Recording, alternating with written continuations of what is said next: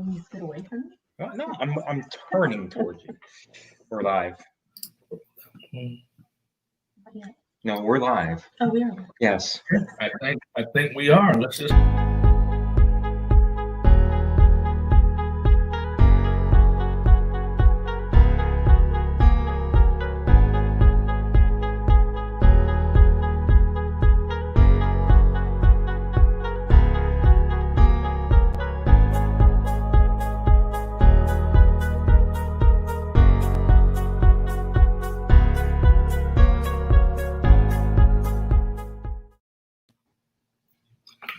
Oh.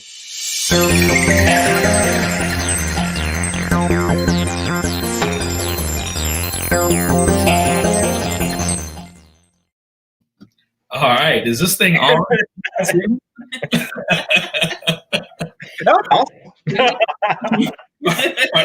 Can you two hear us? I can hear you. Can you hear us? Perfect. Well, hopefully the world can hear us as well, man. So I believe we are live right now. I guess we'll find out at the end of this thing if we're actually doing these things the right way. So right off the back, first and foremost, we wanted to really take a moment to thank the two of you, Keith and Katrina, for jumping on this with us and taking this journey. It is going to be a pretty fun series, if you will. Kaya came to me a couple of weeks ago and mentioned this thing about let's talk, and then we talked to Keith about it, and Keith spoke to his wife, and now we're all on this journey, if you will, to kind of talk about business and being married and trying to figure out ways to keep both of those things together without going crazy. So we don't have a script, and folks that know me know that I'm just going to kind of go off the cuff. So Keith, Katrina, do you want to kind of just give a quick background about the two of you and kind of who you are, what you do, and all that good stuff? Absolutely. Well, we want to thank you too, because we need all the advice we can get right now. Well, for me, I work full-time as a teacher on top of us doing the business together. Keith started the business about two years ago, but he was just a freelancer. And so we've just started with our whole business license and getting all the incorporation and all that stuff. Based off your recommendations, by the way. Yeah. So you guys have been instrumental in helping us do this. So I'll let him take over talking about the business and what we do. So thank you. And it's pretty cool to be doing this, because when I first met you two, we did an interview about being a married couple and starting your own business. And you dropped wonderful nuggets of wisdom on me during that recently, Katrina and I, when we faced a very similar situation in terms of how the couple responds to a business predicament. Yeah. And you brought that up about, hey, we're thinking about doing this. I'm like, well, let me tell you, we need some advice here. How about we let the world hear? We're going to flush this out like it's daytime television right now.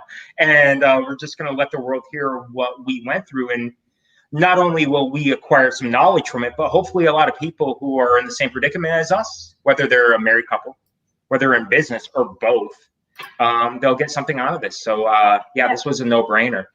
And to be transparent, we have an audience. One of my sons is down here watching us. So that's another part of the marriage aspect is marriage and family and, all the things that are the trappings of our life and how we incorporate that without sacrificing the things that we love, the relationships that we love. And that's really the advice that we would love to hear is how do we keep this together and stay happily married after I do? And also, make sure that we're giving all the energy we can to all of the things we need to give energy to. Yeah, because, and you're seeing it at the bottom right now, there was a quote that Kai and Oscar dropped on us, or when I was interviewing them, that they're like, at the end of the day, you got to remember you're sleeping next to this person. Yeah. And there was a moment, and I'm sure we'll talk about it in more specificity about what happened. And we had to take a step back and be like, okay, I handled that completely as a business person. Mm-hmm. And the way I addressed my wife was as a colleague, not my partner in life. And yeah, it didn't go over very well. So that's one thing that people really have to understand is you're going to have these natural things in life that's just going to happen as a married couple. Yeah. But now we're going to throw a business situation where there's an outside party who's helping you pay your mortgage, and they throw something at you, and how you handle that. And remember, you're still a married couple at the end of the day. That's right. Yeah, absolutely. Well, I mean, I guess to take a quick second, and Kaya, please stop me, because when this is live, the fact that this is live it's interesting that I have my opinions about things that can sometimes be a little bit unorthodox. So with that said, we started our entrepreneurial journey back in 2004. And we weren't married yet. We weren't even dating during that time. We were still just kind of acquaintances, friends, like that sort of thing. So, we were kind of doing little things here and there when it comes like business plans and, helping small businesses to get launched. And we didn't have an established business name or anything yet. We really were just kind of saying we do this. We kind of we do small business, and we were kind of saying helping people out. Yeah. And over the years, we were still in corporate America during that time, and we eventually decided to take the leap, right? And I think it was 2012 was when we actually started working full time with In-Demand Consulting. So funny story, when you just said something a moment ago, Keith, about, having to sleep next to this person every night. Like when we first got out of corporate and we started doing this whole thing called entrepreneurship, the biggest mistake I think I made was I was trying to treat, Kaya almost like an employee or like a staff member or like a, someone that you would talk to in the office. And there was a lot of, I see the looks. I already see the looks.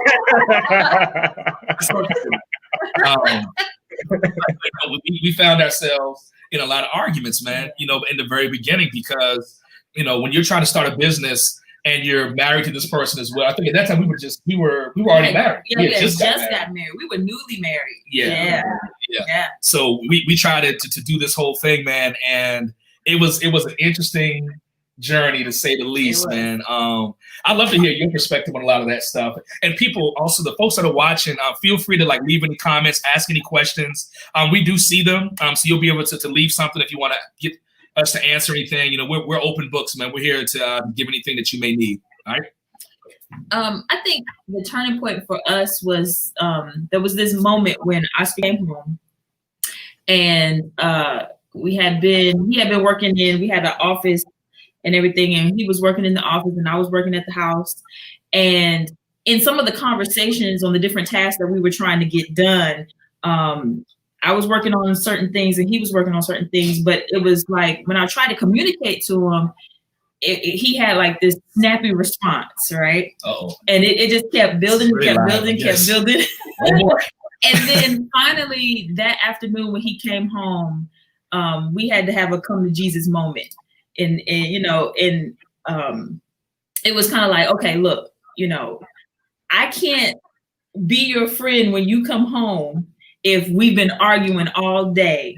So we're going to have to figure out the balance, and if I'm asking you a question, it's because I really do need some clarification, or I need some guidance on this, or, I want us to be on the same page. Yeah. And then my spill on it is, and I might be jumping the gun, so I'm just going to say it. But my spill on it is, you have to understand that you were friends first, right? Being friends at the core of everything. You have to actually like the person that you're married to and be a friend with the person that you're married to before you even consider business. Because if you can't get along as a friend in your marriage, then adding the stress of a business to it is going to make it 10 times worse. So okay, so let me ask you a question there, and I know you're not going to be ready for this one. Oh boy. What was probably the worst moment? The worst when you were like, I don't know if this business or this marriage is even going to work. Like, what was that? And Keith, Katrina, buckle up. We're going to be asking y'all the same question. But I'm just curious. I've never asked you that before, and I would love to just hear. What was it that started saying to you, like, I don't know if we've made the right decision? I think it was more for the business aspect of it. We were in the midst of getting ready to have a large event, and this is when we were we were doing some stuff with our nonprofit. Okay. And so we were doing things for in demand, but then we were also trying to do some things with Sound Decisions. Yep. And we had this large event coming up. And so we're toggling, like trying to do remember both. This one. I remember this trying one. to do both. And I think I asked like this really simple question, and I could chew me out, like chewed me out. La, la, la, la, la, And la, so la, la. I'm standing there with this piece of paper, and I'm like, do I just like throw this at him, or? And I'm looking at my laptop on the desk, and I'm like, I can put up and like just throw it like a frisbee right now, And I didn't say anything.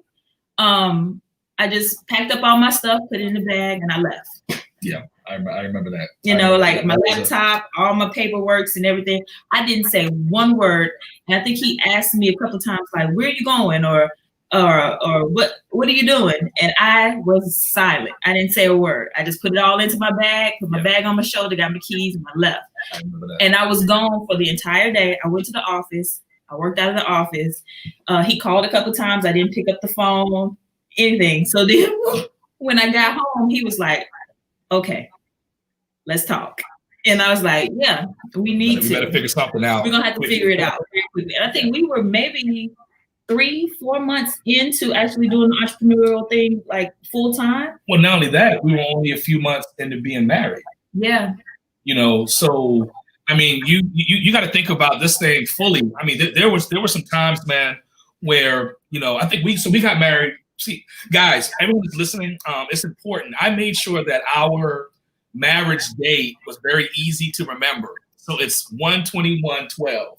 Yeah. 1/21/12. I can never forget it. So we got married 1/21/12. When we got back to Charlotte, at that time we were still living in Charlotte, and right then you got released from the position you were in, Mm-hmm. and I was going through a lot of pressure still in corporate because I had a team of about 125 people across the nation, and they told me I had to fire everybody within like a very small period of time, and they wanted me to do it in a manner of just a phone call, but I elected to actually call each person individually. And when I did that, I remember getting people calling me back saying things like, "What do I tell my family? I understand that you fired me, but what do I say to my wife or my kids or my, So I remember how much stress that caused. And so you put that with a wife who just now is no longer working, that now we have to start our nonprofit, because at the time we were doing Sound Decisions, we had done, and we started In Demand. So we were doing all this stuff at the same time, man. So trying to keep all that stuff up was a nightmare. Yeah. But so enough about us. So now you two, remember the same question we just posed? No, I remember the question. What's really funny, and I think this is really powerful about this whole dynamic we have working here, is the similarity between we were just married in April, we just bought a house in June, and we obtained our LLC in July. Wow. So oh, by the way, there's a pandemic. Oh, by the way, Katrina's a school teacher in the state of Georgia during said pandemic. And I don't know if anybody's been paying attention. It's made some news. So on top of that, trying to build a business. Hey, Oscar. Oh, we're seeing a question. This is just one of our. On top of all that, no. So we had a situation relatively recent. It was about a month ago, where there was a small fire that we had to put out. And in the middle, I'm pretty much the operator of SBI. So I had to be the one on the phone. I had to be the one trying to alleviate the situation. Meanwhile, Katrina's stressed out at school. And I call, and we had a conversation on our way home. And I don't know if either of you are the same way. When I hear a problem, the only thing I'm thinking about is the solution. Yeah. I don't care if there's collateral damage. I would say he's a bulldozer. Like, if there's a problem, he's going to bulldoze his way through it, and he doesn't care about anything in the process, any damage to relationships. But then on the back end, he's like, oh, maybe I shouldn't have done it that way. So I'll take over. It's better to ask for forgiveness and permission sometimes. Not in a marriage. Not in a marriage. So he called me because he was really excited. He's like, I got this client squared away and everything's good. And then he started sharing the conversation he had with the client. And I was one of the people being talked about in that conversation. And I got very upset because I told him, the way that you talked about me, I felt like you threw me under the bus when this was not my fault. Mm-hmm. And you're going to find that with clients. There's a lot of time clients, and I've realized this in my short, you can completely correct me, but this is my short experience. But I like to say I deal with a lot of parents and students, and they're like clients too. So I kind of marry that. But the client had not communicated what they wanted. And I had the last communication I had made with that client. I said, you want this, this, and this. And Keith kind of was like, I know Katrina didn't get the work done and she didn't get what you wanted done in time. And he was excited to call and tell me. He was like, you're going to be so excited I got this done. And what I heard was, basically, you didn't support me. You didn't support me to this client, and it hurt my feelings. And he couldn't hear that. He could not hear that he hurt my feelings. He was just disappointed and upset. You want to take over what your take on it was? I was not happy. He was livid. I'm not gonna lie. I was far from happy. Yeah. And the reason was because of the fact that I was excited about closing the deal. Mm-hmm. Yeah. I was excited about the business had a good day. Mm-hmm.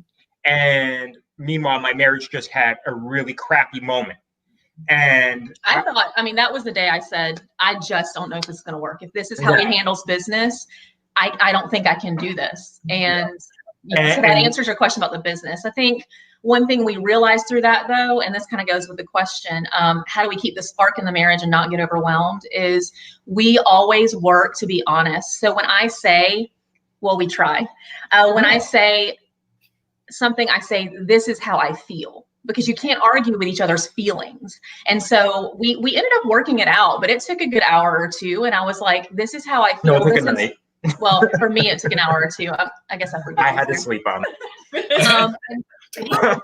And then he was like, well, I feel like, I can't remember what you said. He said something like, I feel like I can do no right. And, and I was just trying to solve a problem. And I think he basically felt unappreciated in his role in it. And so by starting with that foundation of saying, this is how I feel, and being honest about your feelings and not taking it personally, which is really hard, that's how we kind of separated the business part and the marriage part. It's like, we respect each other as colleagues to be able to understand each other's emotions.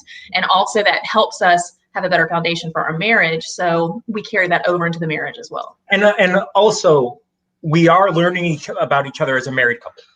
We're learning about each other, what it's like to own a home together. Mm-hmm. And now we're learning about what it's like to be business partners, colleagues with each other. Yeah. And each one of those on their own takes time. Yeah. We're doing all three at the same time. And we have to have the understanding of, this is growth. You have to have a growth mindset throughout the entire process, because if you don't, you're just going to torch the entire thing. Yeah. And we're in the communication business, right? That's our business. It's what we do. We tell story. Mm-hmm. So we have to be able to communicate to each other. If we can't communicate to each other, how can we communicate for our clients? Right. So, this is an interesting dynamic. And Gouda, if you're still listening, man, I really appreciate you chiming in. Let me tell a funny quick story about Gouda. So I met Gouda back in 2000. I think it was 2000 at Smith. We both were in the band together, both played trumpet. And I think we both kind of challenged each other a lot because we both were very good trumpet players. And I think she used to like cheese or something like that a lot. That's why they called her Gouda. Gouda, if I'm right, please let me know. I think that's what it was. But nevertheless, I've watched Gouda and her husband, going on their journey of business and doing their entrepreneurial paths as well. So here's my 2 cents on that, and just take it for what it's worth. But so for the first part of your question, how do you decide on delegating tasks to be successful? First of all, I think you have to establish that it really aren't like tasks, that neither one of you are kind of tasking each other, and it's weird, right? Because like in our business, we've grown to a certain size now to where it's almost Kaya almost has to take ownership of certain responsibilities within the organization. And then I have to take responsibility of certain aspects of the organization as well. So when things do meet in the middle, and it's something where it's like, here's a task or here's something that has to get done, that's our opportunity to, to kind of like delineate and say, look, this is what needs to happen. Which one of us are going to take that on, right? So if it's in the marketing, branding side of the house, and that's more of Kaya's lane, then I'm more on the strategy, execution side of the house. So, all things, technology, that sort of stuff. So we kind of keep a very clear line. But then the other part of your question, I think, is where we really start to get a little bit more real. And good, I see. Yep, good. I see you. You're still here, man. I'm glad that you're still on. I want to definitely hear what you're saying. Now, was I right about the Gouda thing with the cheese? And this was like 20 years ago, so you got to tell me if I was right or not. but nonetheless, the other part, and do you separate home and business to keep a balance, sanity, keep the spark in marriage, and not get overwhelmed? The short answer is yes and no. And I know that's probably what you were hoping for, something a little bit different than that. Like, the challenge is, as your business continues to grow, it is going to be difficult for you to be able to truly delineate what's home and what's business, because sometimes when you're home, you're going to be naturally talking about business. Things are going to happen. Things are going to come up. What we learn to do, though, is to just kind of enjoy the aspects of what we do discuss. So when we're home, sometimes we are working, but then we also have to take that moment and just say, like, look, did you hear what this client said today? What were your thoughts about it? And we kind of take the managerial, the executive hats off, and we just kind of remember that at the end of the day, this is my wife. I'm her husband, and so it's one of those things we have to really kind of like be careful of how much you bring into your household, but it's unrealistic to think that you're not going to be able to bring any of it into your household. The lines are going to bleed regardless. Yeah. And there's times that we're like sitting on the couch and we might be in the middle of watching a movie. Yeah. And Oscar will be like, hey, what do you think about such and such? And I'm like, oh, well, pause, Yeah, my mind is always we'll start having a conversation about it. And so we've kind of learned how to balance it. And then let's get to the fun part of this question. People want to hear the fun part, like the spark in the marriage part. But it's one of those things where we have to be honest and just say that it's going to bleed. It's going to be bleed across the table. Absolutely. But you have to be honest with each other and have those conversations and say, hey, babe, this moment in time right now, we're just going to carve it out for us to just be, away from business, to relax. This is relax time. Can I comment on that? Go ahead. Sorry. Yeah. Just that's hard for us. Yeah. That really, because we just, especially with me working full time, and I know you guys know how that is, and then trying to do the business on the side. So I feel like I have to come home and work every day. And so, like, any advice on having to turn your brain off so you can have quality time? And Keith's the same way. He'll be on his phone, on his computer late into the night when the only time we have after dinner, and I'll be like, and I won't say anything, Let me pull up.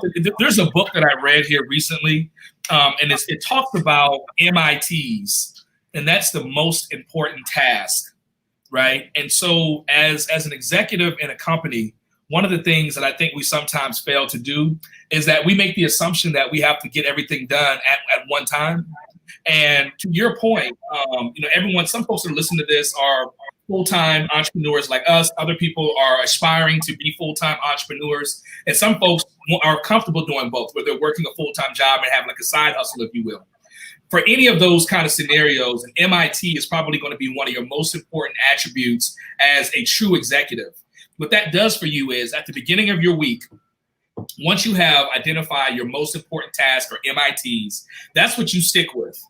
When those are done, you're done. That means you stop, right? If you set those goals, you say, this is what I'm going to accomplish in the week. If it gets done by Wednesday, it's okay as an entrepreneur to take a couple of days off and to take a break and to say, look, let me get back to being married, right? Because what happens is in our relationship, to keep our spark alive, like on Fridays or certain days of the week, we'll just kind of go out. It might be in the middle of the week. We might say, let's just go out and have some drinks, and just kind of talk and just relax. It doesn't mean we're not going to talk about work, but it does mean, how it is. The more you drink, the less work may become the topic.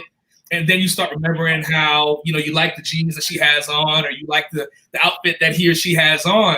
And then pretty soon the spark starts to come back, man. I mean, work is going to be there. I mean, that's it. And again, I'm not saying all this stuff just to try to get everybody all warm and fuzzy about, each other. But one of the truth is, if you do good work, the money part is going to come. I know people hear that shit all the time. And yes, I just said shit. It's live. Who cares? It's already out now. But one of the things that I would definitely would definitely say is that there are plenty of people out there that feel like, I have to get everything done right now to make this money, and doing entrepreneurship is quite the opposite. It really is quite the opposite. I think you have to figure out what your life's worth is, or your life's work is going to be, and what you're really passionate about. And then the money part comes. I remember when we first started, there were times when we were flat broke. I'm talking about no money at all. And ramen noodles type stuff, when it's called what you would like to call when it gets real.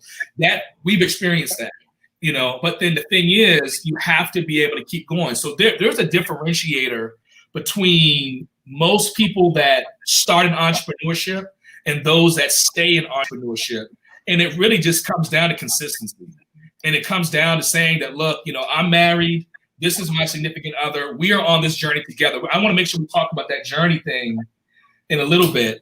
Keith, I think we talked about this once before as well. One of our mentors mentioned to us that when you, as a married couple, are deciding to get into entrepreneurship, first you have to make sure that you're on the same path, right? But then most importantly is, does the person sitting in your passenger seat, do they even want to be in the vehicle? You know what I mean? Because there's so many times that people jump into entrepreneurship and they're saying like, we are going to do this, but no one stopped to ask their significant other, do they want to do this? About this as well, and that's what we ran into in the very beginning, because I was trying to force fit everything. Anyone that came to us, I said yes. When it came to like accepting a new contract, yes, the answer is yes, I will do it. And then eventually we started being okay with saying no. And I see the two of you looking like that. That must have resonated somewhat there. What's going on that side? If you got a $5 job, I'm going to take it. Because of the fact you're just to the point, like, I understand that I'm building something here. Right. And it is a very, I mean, folks, I think I made about $10,000 the first year I started doing that. I had to do so much, and then next year it doubles, and then all of a sudden we're going into year 3 here, and now it's really growing. But getting through those first couple of years, you're just taking everything that's coming your way, and trying to do that while having a relationship with 2 boys and having all that, and having just what we're going through is it's not easy. It's not easy. It's exhausting. It is. I think that's part of it too, is we struggle with the dynamic of I want this to become full-time for me as well. And so, but we didn't communicate this very well in the beginning. The fact that he feels he didn't, I don't feel like he communicated it very well. Which I'm finding out right now. No. That's a lie. Raw and uncut. Loving it. Like we're on an episode of Maury right now. The pressure of taking every job because he wants me to be able to do this full time. Yeah. And so for him, it's like, I will take everything because I know that he knows how tired I am.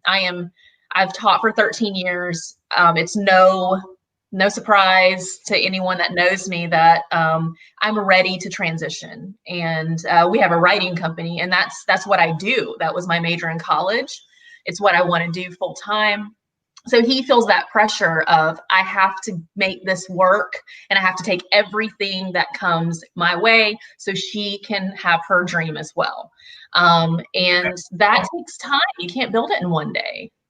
Is that what you want, Katrina? I want eventually to be full-time in our company. However, I don't want it at the expense of our marriage. Jackpot. Wow. I think that there's a lot to say about the level of communication that you're having right now, where you're actually talking through your desires, and your actual feelings. Yeah. That adds, you're eons ahead of where we were. It took us a while to get there, but it's really good that even with this being so fresh and so new for the both of you, that you're actually having those conversations, so that regardless of if you get into a disagreement or not, you really know at the core of it all what your desires are, what your passions are, and what you're both going towards, right? And so that argument at the end of the day, when you kind of go in your separate corners to kind of cool off, in the back of your mind, you still know he has good intentions. Regardless of if we agree or disagree right now, he had good intentions when he did this, or she had good intentions when she did that, you know, and we're going towards the same goal. So that can always bring you back to the center to have a good conversation about it and actually, you know, kind of talk through the disagreements and squash them. And you know, Demetria, I saw your comment. You had us on the bottom with yikes.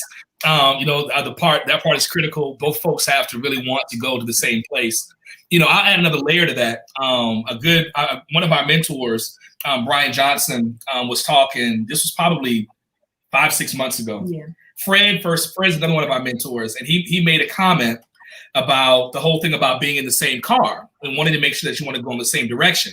But then Brian adds another complexity to it, which is, what about when you're driving down the street with your whole family in the same car that you're thinking you're supposed to be in the same car with, and you get a flat tire, or you run out of gas and you don't have any more money to go put more gas in the car? Now let's transcribe that into a marriage, right? We're going down, we're married. I'm thinking that we're both happy, and I'm working hard, and I'm thinking that she's working hard too. But all along, she's like, I want out of this. I don't want to do this shit. I'm not really into this. I'm just doing this because I want to make him happy, or I want to make her happy. That's when entrepreneurship becomes quote unquote real, you know? And I think that that's the part that a lot of entrepreneurs that want to do this because one person thinks that they can do it, and the other one just wants to change, right? Wanting a change does not always mean, let me jump into entrepreneurship. Because what's going to happen very quickly is that it gets very real. So when you're driving down that street, you now have a flat tire or you run out of gas. Guess what that also means in a marriage? You know, we now have run out of money in our account. We're not getting a check every 2 weeks, you know, like how we were before. So then that adds more complexity to the relationship of trying to keep that spark alive, right? Because whether we want to admit it or not, money does drive a lot of times certain aspects of how happy or unhappy you are. That does have a bit of an effect. The reason how I know this is because we've been on both sides of the spectrum. We've been on the side of having a lot of money, and we've been on the side of having no money. And we know what that did and does to the relationship. So I can totally relate and understand that, man. But I think that was one of our biggest challenges, is that we were going down a path. I thought we were both in the same vehicle, going the same pace. And when I look over, I'm kind of like, but at what expense? I have beat her down. Like, she is tired, you know? And what does that do to the relationship? And I think that's the aspect, that's the aha moments that as a married couple in business, you must remember that person, you know, is supposed to be your life partner. And business doesn't mean shit if you're not happy. Money doesn't mean a damn thing if you're not happy. I've been down that road. We have made millions. And there's been times when we've made it and we were the most unhappy. Yeah. You know, and then there's been times when we had negative $47 in the account and we're the most happy. Yeah. You know, so you really do have to be honest with each other in business before you jump out there. I know that wanting to have a change sometimes says to ourselves, you know what, that means I'll just go start a business. And I cringe when I hear that, because I don't know if people are really truly prepared for those moments when I'm driving down the street and I run out of gas. And then I realize that this person didn't want to be in the car to begin with, but now they're in a car that has no gas and a flat tire, you know? The core of it is communication. We hear it so many times in all the how to do books and you know, all the gurus, relationship gurus say it. Yeah. But at the core of it, it really does come down to communication, talk, and being honest about where you are in your space in life as well. Like, just really communicating openly and honestly with each other. And that'll alleviate a lot of the problems. Yeah, absolutely. It'll alleviate it. Well, what's funny too is because, and I think you guys can help out here. And I think this is where having mentors and people that help guide you means so much, is when you become an entrepreneur. Mm-hmm. You feel like, and I don't know if this is what I'm supposed to be doing. I'm supposed to be grinding. I'm supposed to be doing this. I'm supposed to be compromising everything else and focusing solely on what I need to do to achieve and to grow and to do but I honestly don't know what I'm supposed to be doing over here as a business and starting a business, and especially in a relationship, because that person may have a different idea of what she's supposed to be doing here too, which is raising the family first and not the business second. Whereas sometimes I'm thinking business first and family second. That's the other thing. And I think, Kaya, you said you were still working full time while Oscar was doing the business, or was it the other way around? The other way around, yeah. Okay. I was out first and he was still working full time. Yeah, so that, for me, managing that has been very difficult. Keith has been great. He cooks most dinners. He does most of the dishes, because I come home from work, like I said, and then I have to work, and I've got homework to do with the kids, and I've got my mom to take care of. I mean, it's just a crazy schedule. Yeah. But the guilt that I feel is astronomical from him having to do our business all day and then do, the home stuff at night. And that's my go-to, is guilt. I feel like I am just inadequate and I can't do enough. So then I'm on the same end he is, where I'm just like, I got to go. I got to do. And I don't know how to stop, because there's always something to do. And balancing that between the home and work life has been very difficult, and we're exhausted. We're exhausted and overwhelmed. Yeah. And there's no, like, right now we're afraid of losing that spark, because it's hard to find. Yeah. We love each other, but I think that's where the MITs come in place, right? The most important task. So versus like when you come home and you're tired and you're exhausted and everything, if it's just one particular task that you want to get done for that day, knock that one out, and then that's it. We close it down, and then set the next task for the next day. But then it has to be like there has to be like a balance, right? It can't be, I've got this laundry list of things that I've got to do when I get home, and I don't have the time, nor do I have the energy to really focus in on it, right? Because then you find yourself like trying to plow through things, but your brain's not even in it to successfully deliver it, right? Yeah. That's where that MIT really comes into place. Another critical aspect, and Kittles, Mrs. Kittles, a very, very, very good person here in the Atlanta area that also went to our alma mater, JCSU. She makes a comment here about sometimes you may initially want to be in the car, but you didn't really understand what it takes to maintain the vehicle. Wow. And that vehicle can mean more than just a business. And in my opinion, that's the marriage. You know what I mean? Like, you get into this car, you're saying, okay, we're married. We're going to be business owners. We're going to go read a couple of books. We're going to go YouTube a couple things. And then we're going to, like a microwave, pop out as these successful entrepreneurs. And then the other part happens, right? When you have to do the pivots, like to Mrs. Kittles, to her point there. I think one of the other points that she made, is that understanding that it's actually a marathon. And I'm totally loving that. I love what you're saying there.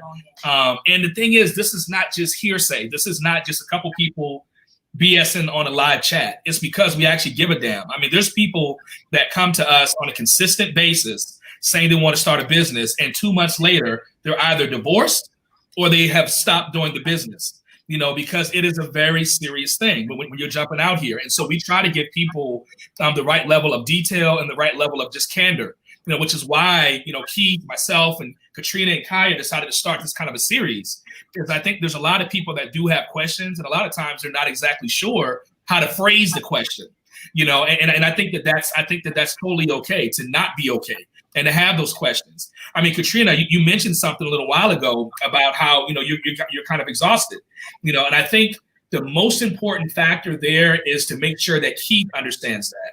And then Keith, as her significant other, it's like now you have to be that extra muscle. I cannot stand the notion when someone says that the relationship is 50-50, right? It's not. It's 100%, 100%. And sometimes when the other person can't give all of it, now you have to give more. So if she's at 80%, now I got to give 120%.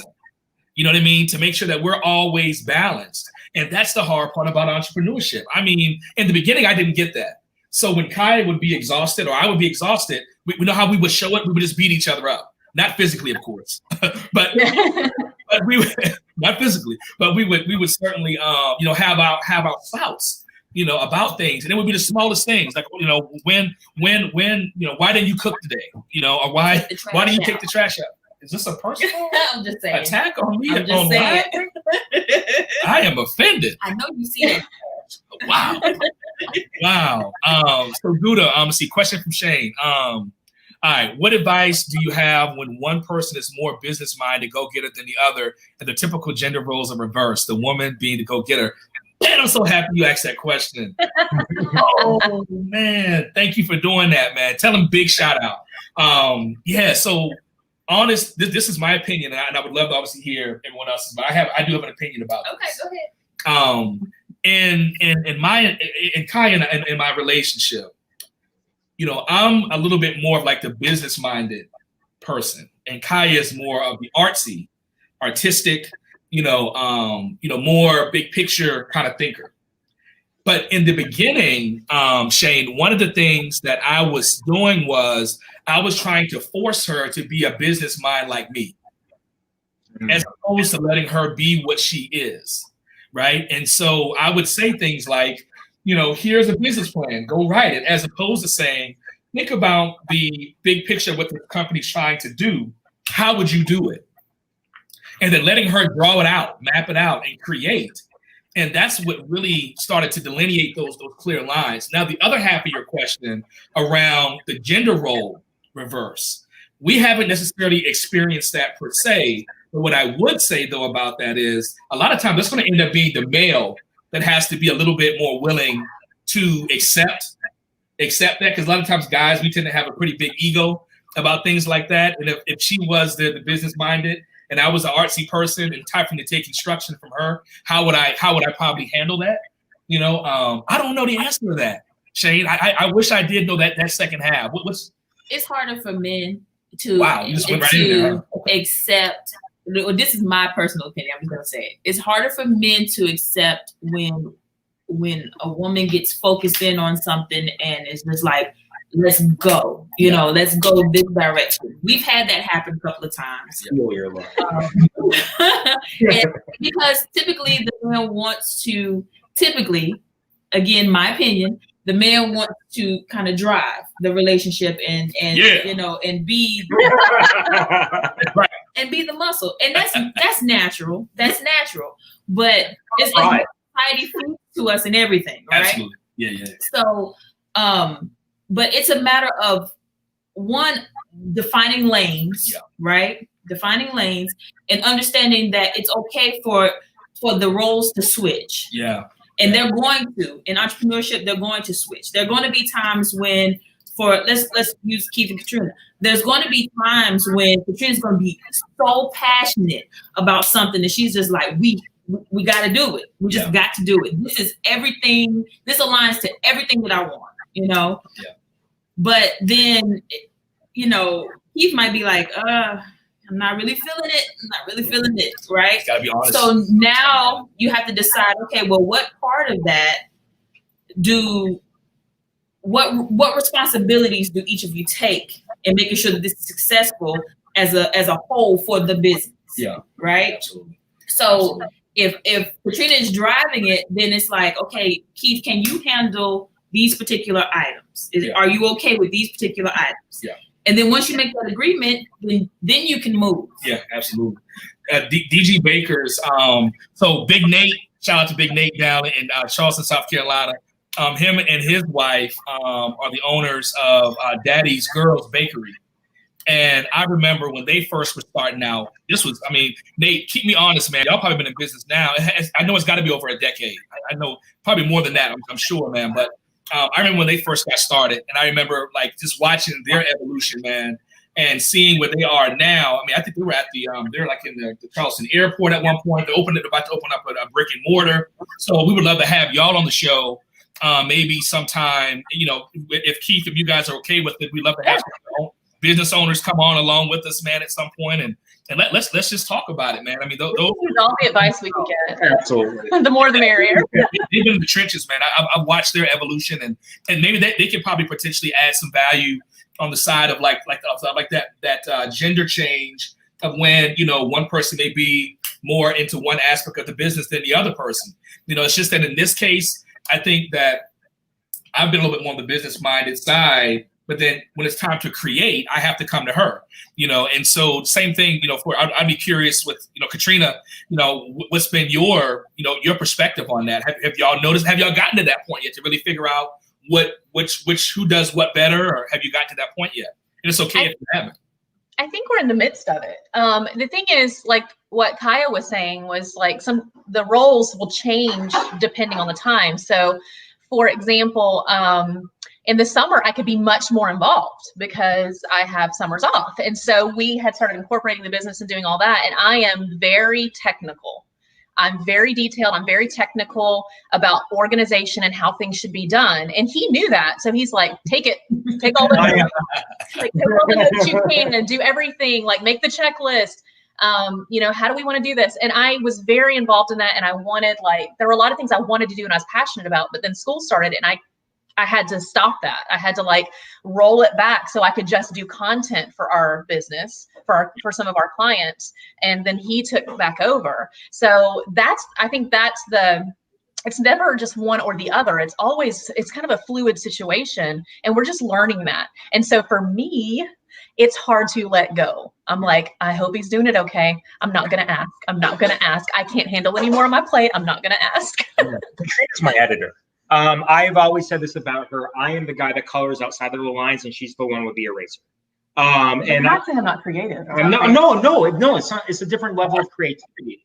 You know, because one thing people have to realize about creativity, the accountant who has to figure out a solution to a mathematical issue has to be creative just as much as the person who's writing a blog, because it's just different muscles are being used, but you're in the same hemisphere.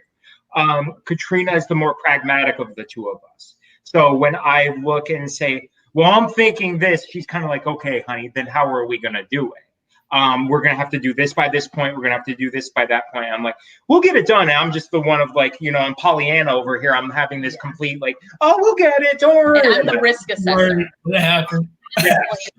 Everything that could go wrong, I can make a list. And how do we circumvent that possible error that could happen or the hardship that could come along the way.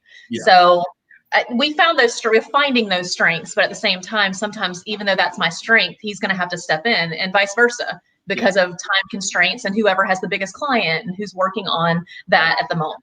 And then an issue too, I will say this is, if I'm working on the business all day long and she's the primary breadwinner, she has the steady income and the more income coming in because she's been doing it longer.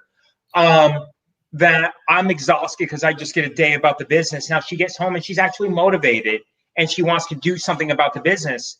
I'm kind of tapped out. You know, I'm like, I've been dealing with this for 12 hours and now you're all of a sudden gung ho. And you got to make sure you're not resentful about that or just anything other than accepting because you're like, well, now she's fully involved in the business. I can't have it both ways. Yeah. I got to either ask, you know, it can't be at just my convenience. Resentment could be a whole nother like meeting because I think in marriage and business, that's something we're trying to keep from happening, but it naturally happens. Yeah.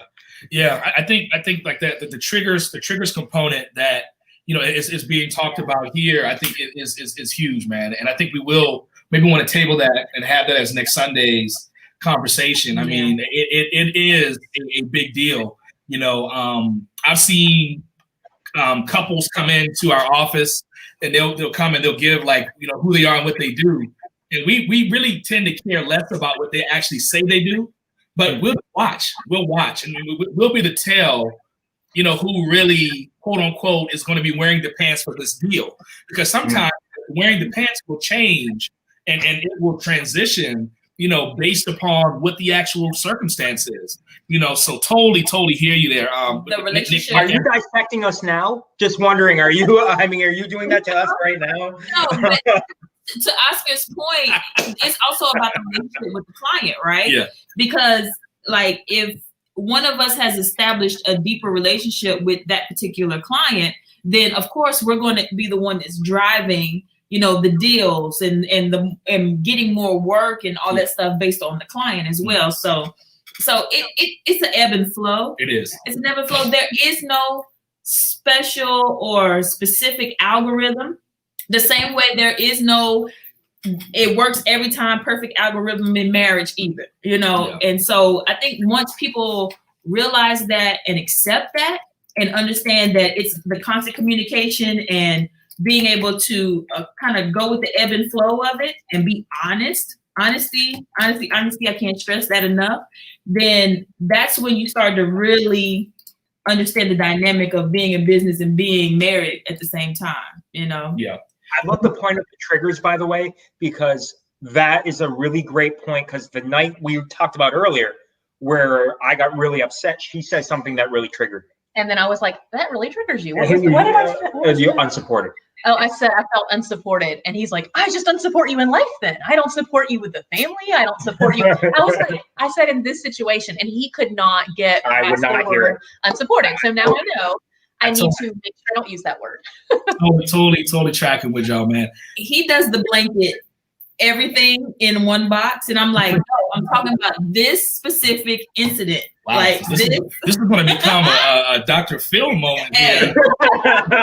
Jesus Christ! Tough crowd. Now, so my boy Big Nate asked another question here, which is actually a really good one.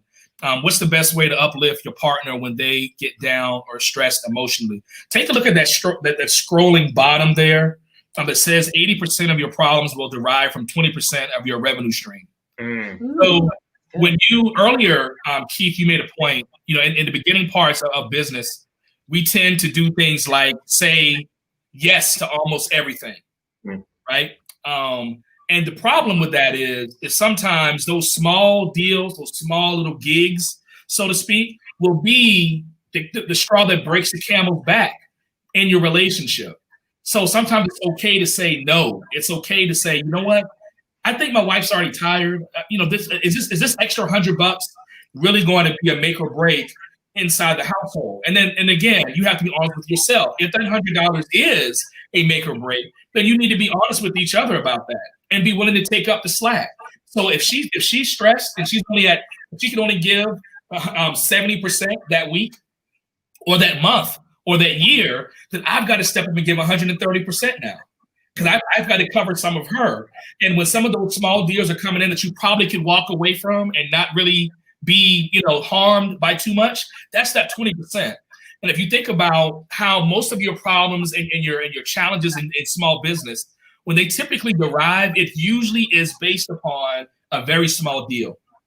Most of the times, your larger deals or your whales, like those blue whales, right? The things that you're waiting on and you finally get it, those tend to be structured. They tend to be well thought out, but it's the person that texts you and says, look, can you create me a logo? All right. And then you end up having to do 15 different iterations. You know, you and your wife are now arguing back and forth about a $150 logo that you're about to do for somebody, and you're about to lose your marriage over that, you know? And so, but then you end up fussing about that, and you're not at your best when it's time to walk in for the whale. When it was time to walk in for the $50,000 deal that was going to be for 3 months, that is going to keep you guys happily, not only married, but also money in the bank. You know, so sometimes saying no to that, because that 80%, that 80-20, we changed that 10 years ago.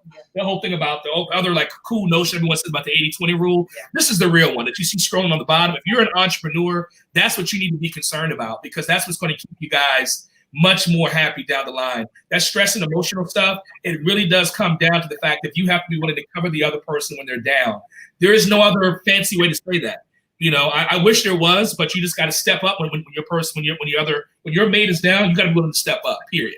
And see, I'm going through that right now, and it's not for the business. I'm a bleeding heart, so I told myself I've always worked at least 2 jobs, always. I guess for about the last decade. And so I'm used to working nonstop. But this is on the teaching aspect. I had a student that I taught last year. Her mother asked me to tutor her, remotely on, once a week. And I'm a bleeding heart. So I couldn't say no because I love the mom and I love the daughter. But that's not advancing our business at all. And it's a time suck for me. Like, it's just, and although I want to help them, I'm like realizing in this conversation that maybe I shouldn't have taken that 20% because it's not really going to make a difference in our revenue, and it's not helping the business or any other major goals we have. And I have to be able to say no sometimes to my compassion. I'm a very compassionate person. It's very hard for me to say that no. And it's funny because it's simultaneously putting strain on the marriage. And I wish a lot of people could see the parallel between what she just said and what we do in business, because no more than a month ago did I take on an account that was a royal pain in the ass. Yeah. And I don't think I got paid more than $200 for it. And we even, like, I just after the initial consultation, you're like, oh, Jesus, this is going to suck. Yeah, he gave the person a major, major discount, and he got off the phone and I said, why did you do that? Because I wanted the portfolio. I wanted to expand my portfolio into a category we hadn't written in yet. Right. And that's... Keith, let me give you one perspective there. Because Katrina earlier said that she is really the more structured person, like the more meticulous. Let's make sure this is right. Something to consider, and of course, we're always going to be willing to help in all capacities, giving you all any kind of templates and tools you need. But think about maybe having her be the person that helps to shape the next deal, and you actually be the person that thinks about the strategy, big picture on the back end. Let her be the one that goes in to shape the deal, to understand what the client's asking for, right?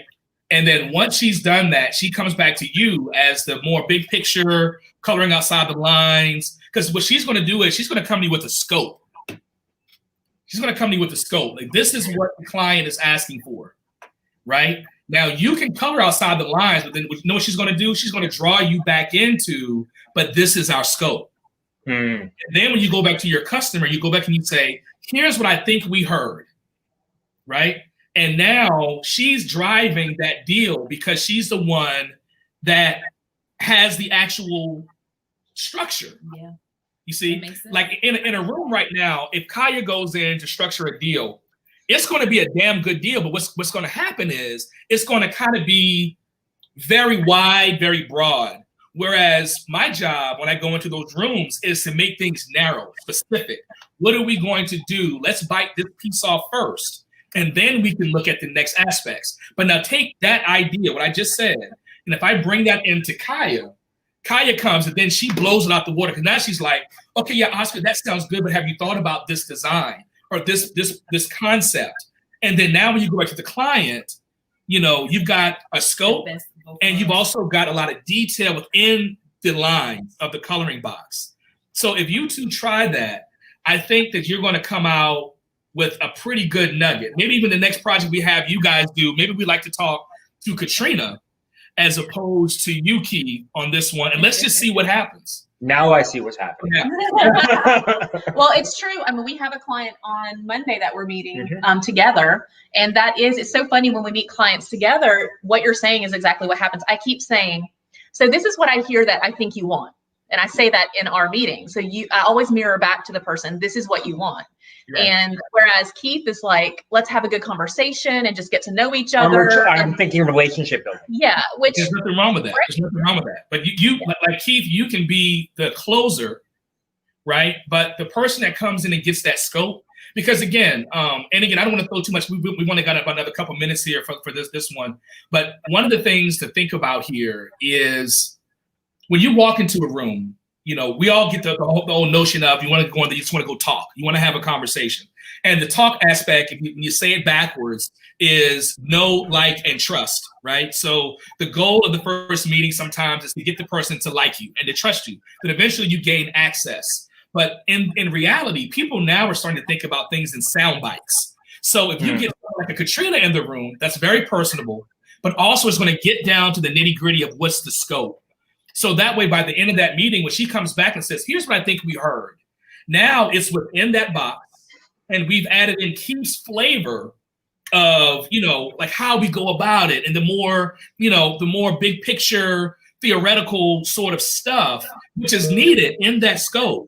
Now you've got you're on to something now. You have a better business proposition and a better business value to give to the actual customer. I would love to work with you guys on it. I think, because we work with Keith now, it's been at least a year, at least. And I mean, we've been blown away by you, Keith. So I can only imagine what it's going to be like when Katrina and I get a chance to talk about, you know, an opportunity or a deal, or let Kai and Katrina talk, and she's more big picture, she's more scope, and let's just see what happens. I think we'll be on to something. I truly do. Love that. I would love it. Yeah. I need all the real world experience I can get from you guys. Let's see. There's a couple more questions here before we kind of wrap. Let's see. So Big Nate, let's see here. Thank you all for doing this. We don't have many who can relate to the situation. This makes me think, hey man, we appreciated that. This is by far not just our idea. When Keith and Katrina came to us about this as well, this certainly made a whole ton of sense, you know, for us, you know, as well. Gouda writes, did you all step out and figure things out on your own, or did you have mentors to start the business from paperwork to getting clients? What was the defining moment to step out on faith into your business? So the short answer is we did not have everything figured out. No. When we jumped out there, we literally got our asses kicked. And that is as real as it gets. We got our asses kicked. We were undervaluing ourselves. We were not pricing things out properly. We were screwing up in meetings. We were screwing up when we were trying to make sales. But then eventually you started getting your wings, right? Eventually you kind of start to say, okay, I won't do that shit again. Okay, I won't do that again. You know, and then you start to learn. And so then when you walk into a room over time, similar, you and I, we can relate to music, right? So similar to how you may first start out with understanding, you know, what's on the page, and then you learn how to really make music after that, right? So you go into a room, you know, you got to have a meeting. You know, you got to have a pen and pad. But then eventually, you know, you can start walking into that room and really sit down and try to start getting an understanding of what that client really is asking for. What's behind the music? And I think that's where you start to get better. So no, we didn't have a way. We didn't have any plan. We didn't have a mentor in the beginning. We literally were just trying to do it on our own. I mean, there wasn't anything else that I remember. No, it was trial and error in the beginning. And I think that if you are able to have a mentor when you're starting, then that's a leg up. It's a leg up. I would very much so encourage you to try to seek out one and find one. But I think that regardless of where you are in business, it's a constant learning situation. So when you see people say it's a marathon, it's a marathon. Every time that you try a new idea or you try to go into a new direction that you haven't been before, it's a learning experience. That's something, and you have to be able to accept that and go with it. You know. And her last part of her question there: what was the defining moment to step out on faith into your business? I don't want to give you some bullshit, Good. I'm just not going to do it. I've known you way too long for that. I don't know if there was a defining moment. I think it was literally a scenario where it just started clicking. You know, eventually you're going to start to come into the room when you're talking about deals or opportunities, and it's just going to start clicking. You know, I wish there was a way to say this was the defining moment, and I don't really like when people do that. I feel like it's kind of bullshit. Like you don't remember your defining moment. What happens is you're working hard, you're doing, you know, your best, and eventually you get a whale, and eventually it's going to be like, holy shit, I didn't deal, you know. But it's because of the time you took before that, and the work that you had to sometimes say yes to that you didn't really want to, and then you started scaling back because you realize that whole 80-20 rule. About 80% of your problems is really coming from 20% of your revenue stream. Then you start to fine tune. Now you're starting to understand exactly what you should say yes and no to. And then eventually when you walk into the room, you're going to sound like a polished entrepreneur. And when you're polished, people are going to say yes to you. You don't have to worry about trying to ask for a cost or a price. People are going to just start to open up the checkbooks because they're going to see the value. You know what I mean? So that's what's going to happen. That's real talk. Good. I wish I did have another way to explain that. Last question here, but probably before we kind of gotta get wrapped. We're in like 3 minutes. Oh, I didn't think it was going to be a whole hour, but I guess I know. I think we could keep going. We definitely could. So George, real quick, Sidebar, I got to take this minute here. George is actually one of my best friends. George is my line brother in my fraternity of Omega Psi Phi. I love this brother to death. He is by far one of the smartest people that I actually know. So hats off to you, George. Love you a lot. Love you a lot, bro. So his comment here. Learn how and when to say no will eliminate a lot of stress. Not always an easy thing to do, but it makes sense. Absolutely. I think that kind of sums up, a lot of what we've been talking about, man. So before we finish out, I wish I had something fun and cool to be able to say or some shit, but I really just don't. I don't have anything cool to say. I'm really not that cool of a guy, to be honest with you. I try my best sometimes to be cool, but it doesn't always work out. So Keith, do you have anything cool to say or anything that's, of course, obvious? I mean, come on now. It's funny when you touched base about being a mentor. When the three of us first sat and started talking and got to know each other, I asked, did you guys have a mentor? And you pointed out no. Yeah. And then I said, but you got two things you said during that interview. Number one, but we'd be willing to be a mentor to anyone. And I took that as an invitation, obviously. And second of all, you guys said something that will always stick with me, and I have shared with other owners of companies, is we help people get their time back. And I just absolutely fell in love with that because I see the importance of time. It is our most valuable commodity. And for you to take time and spend that time with us and helping us grow, I mean, I think I'm pretty much speaking for Katrina. We're forever in your debt. He talks up about you guys all the time. I'm just glad I got to participate. I need to meet them. I need to talk with them. They're amazing. I'm really not a good guy. Kai is really the person who is really the meat and potatoes behind all this stuff. And I'm just here to try to, what's the old word? I'm just here so I don't get fined is why I'm here. I really don't know shit. I'm just here just kind of trying to take up some space, man. Katrina, anything profound or cool to say? I don't have shit. I don't know what to say. Not really. I just wanted to reiterate the saying no. I'm still working on that, and I think we all do. Like, setting boundaries is something that comes up in our relationship all the time. She gives me shit about it constantly. I struggle with setting boundaries. Yeah. And doing that, it can bleed over into the business. Mm-hmm. And we just give examples of that. So I think just time, yes, it is a precious commodity. And when you start, instead of just automatically saying yes to everything, like, I'm learning to first pause and not react, think through it, and then say yes or no, and consider the priorities I have in my life and what's most important. And that goes with every relationship, not just business. It's with my kids, with my extended family, with Keith, with business, with my full-time job. So yeah, I'm super excited. You guys have given us a lot of good nuggets, and I'm ready to use it all. Yeah, I can't wait for her to say, remember what Oscar and Kaya said. Great. I don't remember half the shit I already said anyway. So, hey, Keith, it only works a couple of times. You might be able to get away with it a couple of times. Yeah, one or two, man. That's all I got. Kai, anything cool to say or anything profound? I think at the core of this conversation, one of the biggest things to take away is priorities, right? Open communication and being honest with each other. And then understanding that you're going to go through the ups and downs, but you just have to keep communicating through the entire thing. Yeah, totally, man. And for those that are still tuned in and still kind of watching, one of the things you can do if you'd like, you can go out to our website.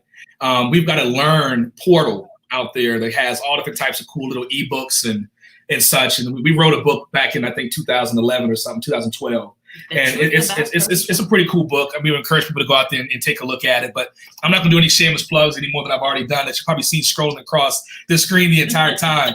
So here's what I'm going to do. You know what? I'm going to try some shit because we're still live here. Let's just try this. There's some kind of brand thing. I'm going to try to see if I can do like this cool outro. If it doesn't work and it comes back on us, I don't really care anyway. But I want to just at least try to see if it's going to work. So, all right, here we go. I'm going to hit this little button. Let's see what happens. Are you ready?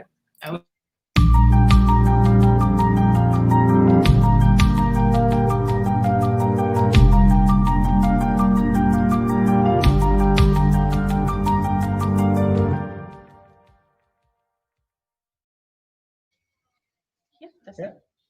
Oh, no, it's the line.